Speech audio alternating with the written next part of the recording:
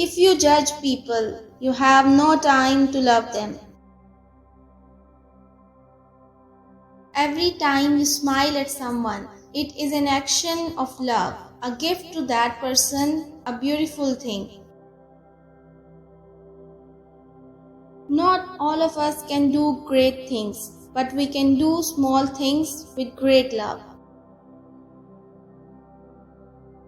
We shall never know all the good that a simple smile can do.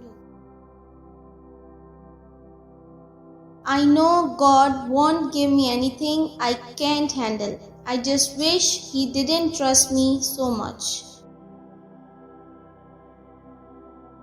Kind words can be short and easy to speak, but their echoes are truly endless.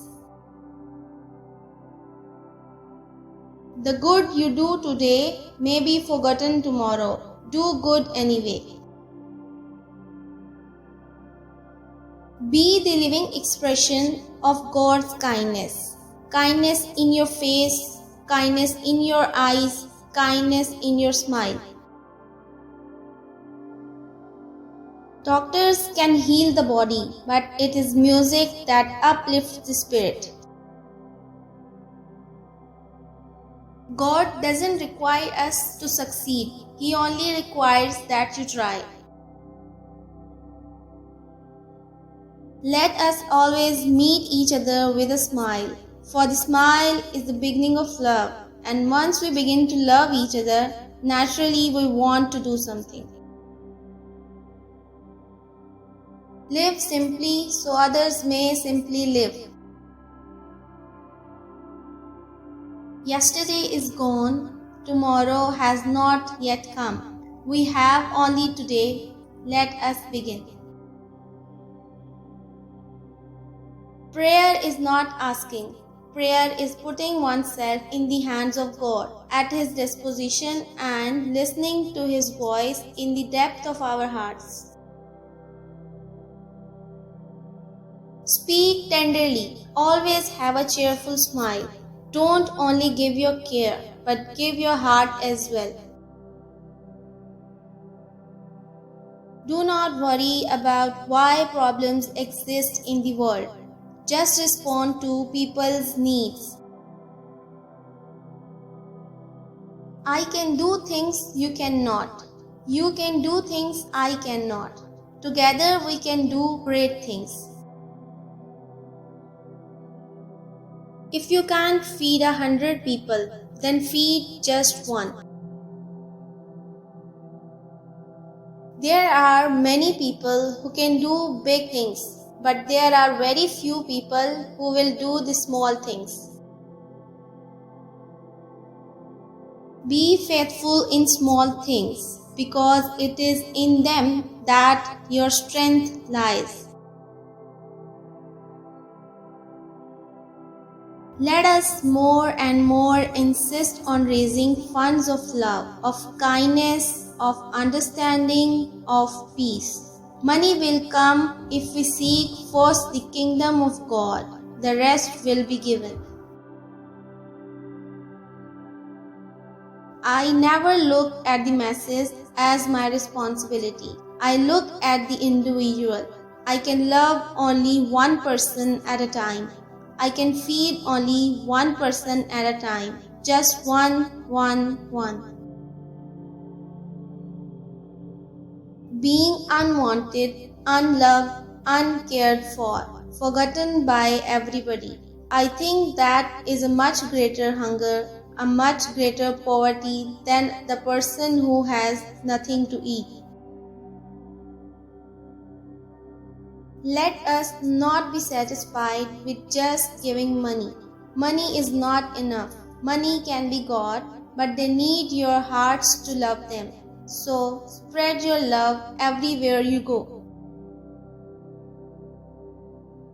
Never worry about numbers. Help one person at a time, and always start with the person nearest you. Do not think that love, in order to be genuine, has to be extraordinary. What we need is to love without getting tired. Spread love everywhere you go. First of all, in your house. Give love to your children, to your wife or husband, to a next door neighbor. Let no one ever come to you without leaving better and happier. There is hunger for ordinary bread, and there is hunger for love, for kindness, for thoughtfulness. And this is the great poverty that makes people suffer so much. Do not wait for leaders. Do it alone, person to person. Never be so busy as not to think of others. Everybody today seems to be in such a terrible rush, anxious for greater development and greater riches and so on, so that children have very little time for their parents. Parents have very little time for each other, and in the home begins the disruption of peace of the world. Good works are links that form a chain of love. Hungry not only for bread, but hungry for love. Naked not only for clothing, but naked of human dignity and respect. Homeless not only for want of a home of bricks, but homeless because of rejection.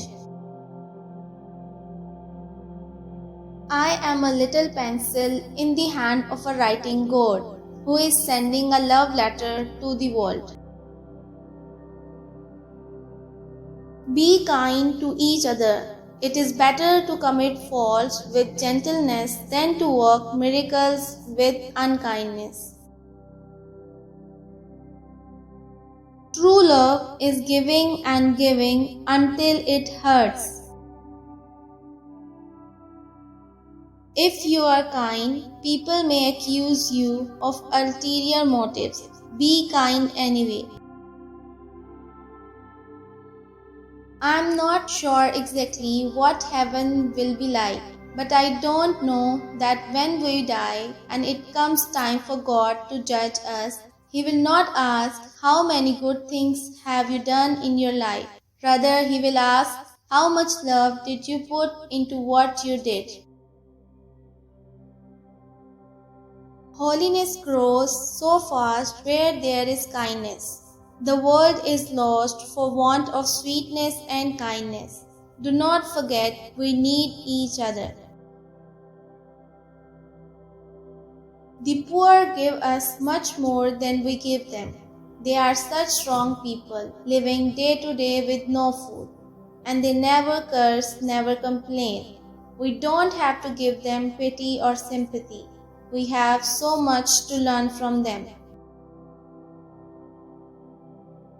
I do not pray for success. I ask for faithfulness. Hungry for love, he looks at you. Thirsty for kindness, he begs of you. Naked for loyalty, he hopes in you. Homeless for shelter in your heart, he asks of you. Will you be that one to him? Love begins at home, and it is not how much we do, but how much love we put in the action that we do. I have found the paradox that if you love until it hurts, there can be no more hurt, only more love. One thing will always secure heaven for us: the acts of charity and kindness with which we have filled our lives. Our life of poverty is as necessary as the work itself. Only in heaven will we see how much we owe to the poor for helping us to love God better because of them. In loving one another through our works, we bring an increase of grace and a growth in divine love. We are all God's instruments who do our little bit and pass by. I believe that the way in which an act of kindness is done is as important as the action itself. I try to give to the poor people for love what the rich could get for money. No, I wouldn't touch a leper for 1,000 pounds, yet I willingly cure him for the love of God.